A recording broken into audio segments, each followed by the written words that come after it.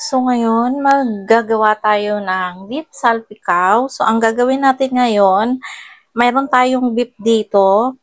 Ibababad lang natin siya. Babad natin sa soy sauce. 1 cup na soy sauce. And then, kailangan natin ng maraming bawang dito or garlic. Ayan.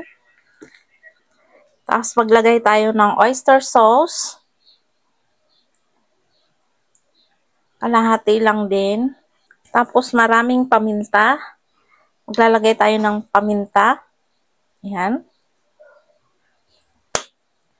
And then, maglalagay tayo ng cooking oil or sesame oil kung mayroon kayo or olive oil.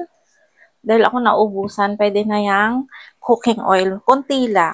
And then, maglalagay ako ng seasoning. Kunting-kunti lang din. Oops. And then, haluin lang natin.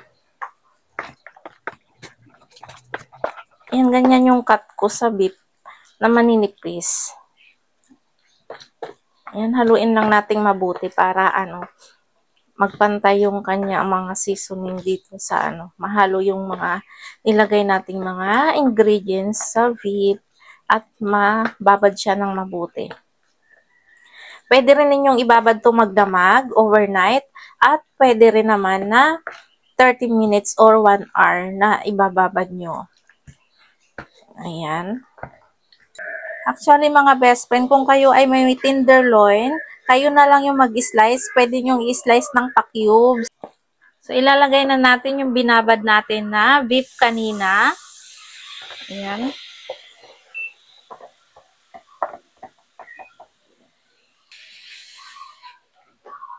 Then, ilalagay natin yung butter. Ayan.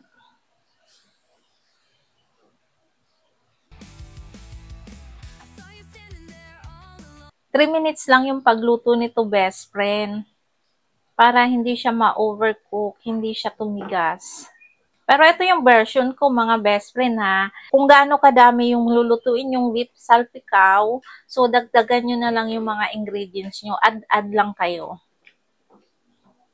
Etong sa akin, kalahating kilo to.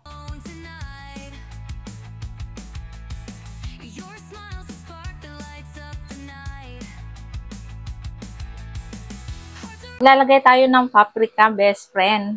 Kung mahilig din ako sa maanghang, kung gusto nyo maanghang, lagyan nyo ng siling green. Yung pangsigang na sili. Isang sili lang, tapos slice nyo lang na maninipis. Wala kasi ako ngayon.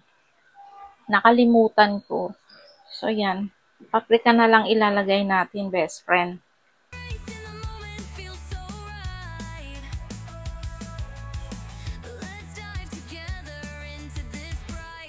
And then, maglalagay ako ng Baguio beans.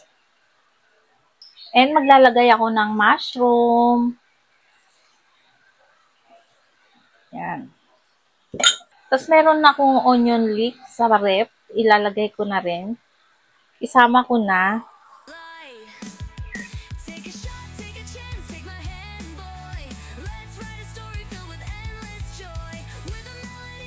Ayan, 1 minute na lang at maluluto na to, mga best friend. Okay na siya. Sobrang dali lang nito lutuin. 10 minutes, meron ka na agad ulam na masarap.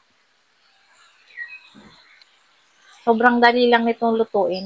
Etong nilagay kong onion leek ay optional lang to. Sa akin lang to, mga best friend, ha. Version ko lang yan. Pero depende sa inyo kung anong gusto nyong ilagay.